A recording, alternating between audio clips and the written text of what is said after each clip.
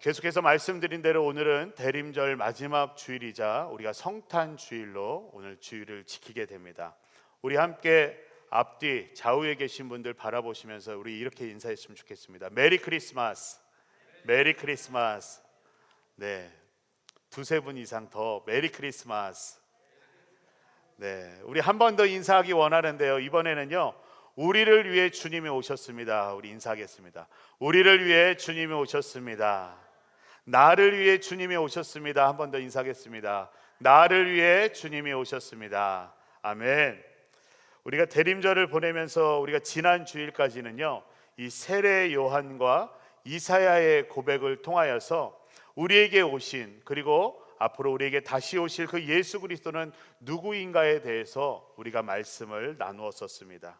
그리고 오늘은 마지막으로 예수님과 관계가 가장 깊다고 할 수 있는 바로 예수님의 어머니인 이 마리아의 고백을 통하여서 예수 그리스도가 어떠한 분이신지에 대해서 우리가 오늘 말씀을 함께 나누고, 우리도 함께 그 믿음으로 예수 그리스도를 고백하며 나아가는 시간이 되기를 바랍니다. 이 예수님의 어머니인 마리아는요, 희생과 순종의 대표적인 인물이라고 할 수가 있습니다. 왜냐하면 바로 이 마리아는요, 하나님의 뜻을 이루기 위하여서 혼인도 하기 전에 임신을 하게 됨으로써 그 가운데 받게 되는 오해와 그 희생을 기꺼이 기쁨으로 감당했던 헌신적인 여인이었기 때문입니다. 오늘 본문 말씀인 이 누가복음은요, 다른 복음서와는 달리 예수님의 탄생에 대해서 기록하고 있을 때에 이 어머니 마리아에 대한 내용을 보다 자세히 기록하고 있습니다. 오늘 본문의 기록 배경을 우리가 함께 살펴보면요, 이 누가복음은요, 두 명의 여인의 이야기로 시작되는 것을 보게 됩니다. 바로 세례 요한의 어머니 엘리사벳의 이야기와 그리고 예수님의 어머니 마리아의 이야기가 함께 나오면서 이 누가복음이 시작되게 되죠. 이 두 여인에게는요, 공통점이 있었습니다. 바로 임신을 하게 되었다는 공통점이죠. 비슷한 시기에 임신을 하였는데, 그런데 두 여인 다 이 보편적인 세상의 기준으로 볼 때는요, 정상적인 상황과 그 상태 가운데서 이루어진 임신이 아니라는 것 또한 공통적인 부분이었습니다. 엘리사벳은요, 나이가 너무나 많은 상황 가운데 임신이 가능하지 않은 상태 가운데서 임신이 되었고요, 이 마리아는 반대로 너무나도 나이가 어리고 혼인을 하기도 전인 상태 가운데 임신을 하게 된 것이죠. 이 마리아의 고백 가운데 보면요, 자신은 남자를 알지도 못하는데 어떻게 나에게 이런 일이 생길 수 있는가라는 고백을 또한 보게 됩니다. 더 당황스러운 일이 생기는데요, 천사가 나타나서 이 마리아에게 해준 말입니다. 누가복음 1장 30절로 31절의 말씀을 보면요, 이와 같이 기록되어 있습니다. 천사가 말했습니다. 두려워하지 마라, 마리아야, 내가 하나님의 은혜를 받았다. 보아라, 내가 잉태에 아들을 낳을 것이다. 그러면 그 이름을 예수라 하려라 라고 말씀하는 이 장면입니다. 이 성경학자들에 의하면요, 당시에 이 마리아의 나이는 오늘날로 따져봤을 때 이 중학생 정도의 나이에 그 나이가 아니었을까 추정하기도 합니다. 그러한 어린 나이에 아기를 잉태하게 될 것이라는 것은 너무나도 무섭고 그런 두려움 가운데 있을 수 있는 상황이죠. 더군다나 천사가 나타나서 그 아이의 이름까지 정해줍니다. 예수라 부르라고 정해주고 있고요, 그 태어날 예수는 하나님의 아들이라고까지 이야기를 합니다.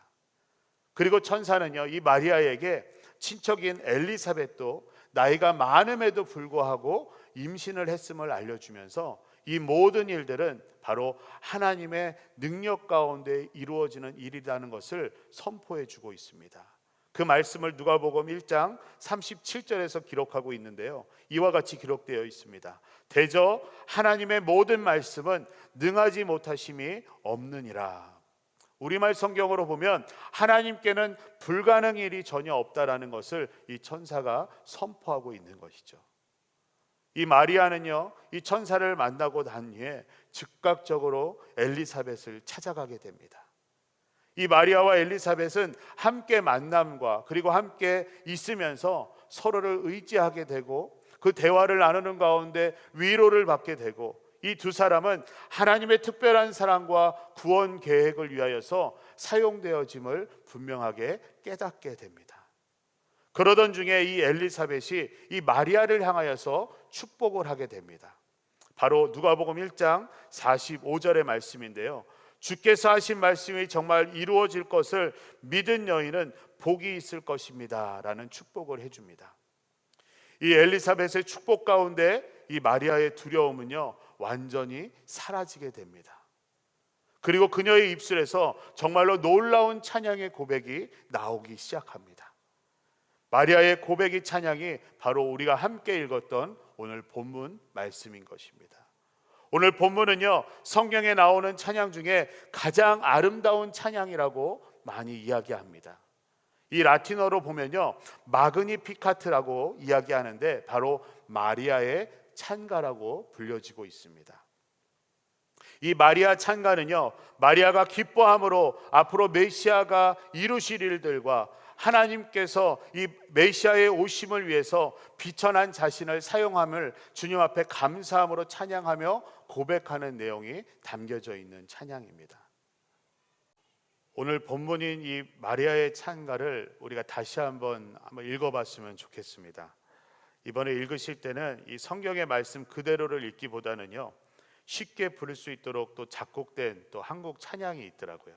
그래서 이 본문 말씀을 기억하시면서 이 마리아의 찬가의 찬양의 가사를 함께 읽으면서 묵상했으면 좋겠습니다. 우리 함께 읽어보겠습니다. 내 영혼이 주를 찬양하며 내 마음의 주를 기뻐함은 나의 비천함을 주가 돌보셨음이라. 내 영혼이 주를 찬양하며 내 마음의 주를 기뻐함은 전능하신 이가 내게 큰 일을 행하셨음이라.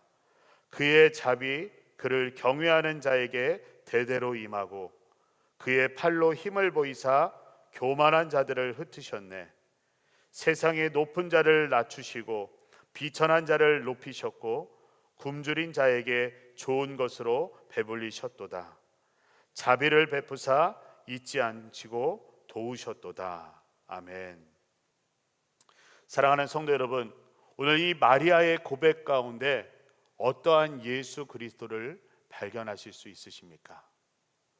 오늘 이 마리아의 고백 가운데 우리가 발견하게 되는 예수 그리스도는 바로 자비를 베푸시는 예수 그리스도십니다. 우리 함께 선포하겠습니다. 자비를 베푸시는 예수 그리스도. 아멘. 이 마리아의 찬양의 고백 가운데 그 중심에는요 하나님의 자비하심이 있었습니다. 그리고 그 자비를 베푸시는 예수 그리스도가 계셨죠. 우리가 하나님에 대해서 고백할 때 가장 많이 고백하게 되는 이 하나님의 속성이 있습니다. 바로 하나님의 사랑과 자비이죠. 그래서 많은 분들이 기도하며 하나님께로 나아갈 때에 사랑의 하나님, 자비의 하나님, 자비하신 하나님, 이렇게 하나님을 부르며 하나님께로 나아갑니다. 이 자비라는 단어를 우리가 히브리어 원어로 보면요 여성의 자궁이라는 그 단어 가운데서 그 어원이 시작된 것을 보게 됩니다. 그 어원에 따라서 그 의미를 살펴보니까요 이 자비라는 것은 바로 어머니가 자식에게 대하는 그 가지는 그 마음과 그 관계 가운데 있는 것을 의미하고 있는 것입니다. 바로 어머니의 사랑을 이야기하고 있죠. 또한 이 자비를 헬라어 원어로 살펴보면 엘레오스라는 단어로 사용되고 있는데 이 단어의 의미는 어려움이 있는 사람에 대한 긍휼한 마음을 가리키고 있습니다. 즉 다른 사람들의 어려움과 아픔을 보고 함께 아픔을 느끼면서 도우려 하는 그 마음, 바로 긍휼이고 자비라는 것입니다. 우리를 향한 하나님의 마음이 바로 이 자비와 같다는 것이죠. 죽을 수밖에 없는 우리를 위해서 자비를 베푸셔서 친히 독생자 예수 그리스도를 우리 가운데 내어주시는 그 고통과 아픔을 참으시고 하나님의 자비, 곧 자비 자체이신 예수 그리스도를 우리 가운데 보내주신 것입니다. 하나님께서는 아무것도 주목할 것이 없고 비천한 한 여인인 이 마리아를 사용하시면서 우리에게 자비를 나타내 보이신 것이죠. 마리아는 두려웠지만 이것이 하나님의 은혜임을 깨닫자 그녀의 고백 가운데 자연스럽게 이 자비하신 예수 그리스도를 고백하게 된 것입니다.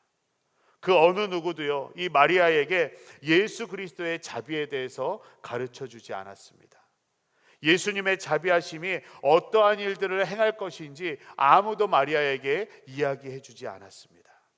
그러나 그녀는 자신이 잉태한 아기가 하나님의 아들이시며 메시아임을 믿고 그 은혜를 깨닫게 되자 자신에게 일어날 그 놀라운 일은 단지 자기 자신만을 위해서, 자기 혼자만을 위해서가 아니라 자신처럼 나약하고 그리고 비천한 이 땅 가운데 있는 모든 사람들을 위한 일이라는 것을 알게 된 것입니다.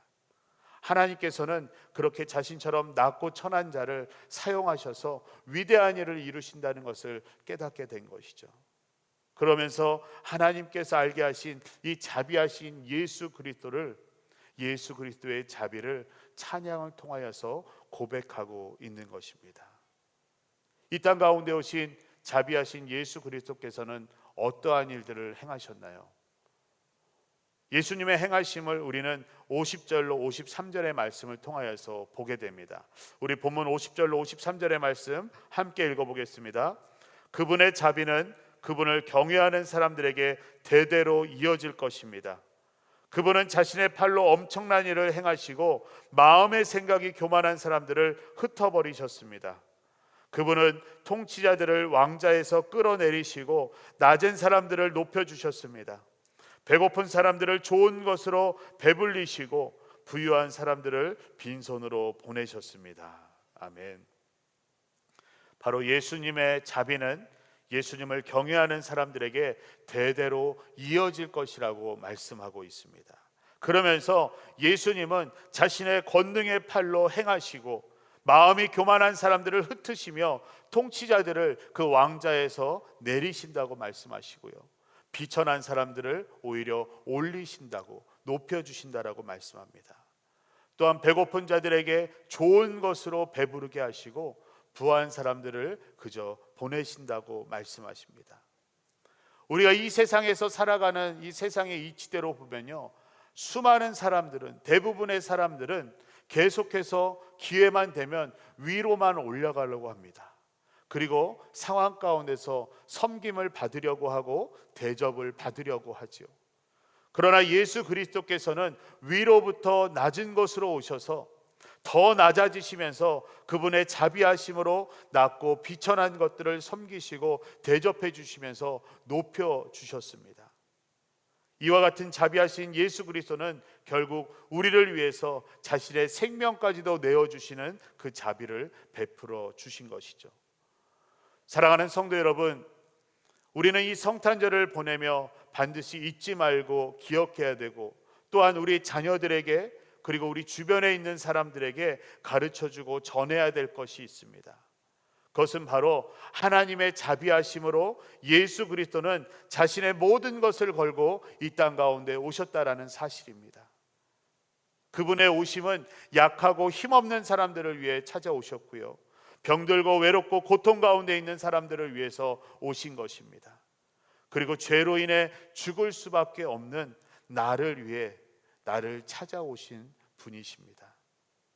이 땅 가운데 오신 예수 그리스도는요, 절대로 믿음이 좋은 자들을 칭찬하시기 위해서 오신 것이 아니라, 잘 살고 있는 자들을 더 격려하기 위해서 오신 것이 아니라, 죄를 모르고 사상 가운데 살아가고 있는 사람들에게 더 자유를 주시고 그들을 위로하기 위해서 이 땅 가운데 오신 것이 아니라, 바로 우리 모두가 가진 그 근본적인 죄의 문제를 해결하시기 위해서, 우리를 긍휼히 여기시며 우리에게 자비를 베풀어 주시기 위해서 친히 우리를 위해, 나를 위해 이 땅 가운데 오셨다는 것입니다.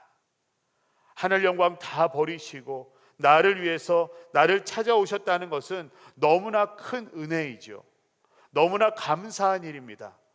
그런데 오늘 말씀에 보면요, 더 큰 감사가 있는 것을 발견하게 됩니다.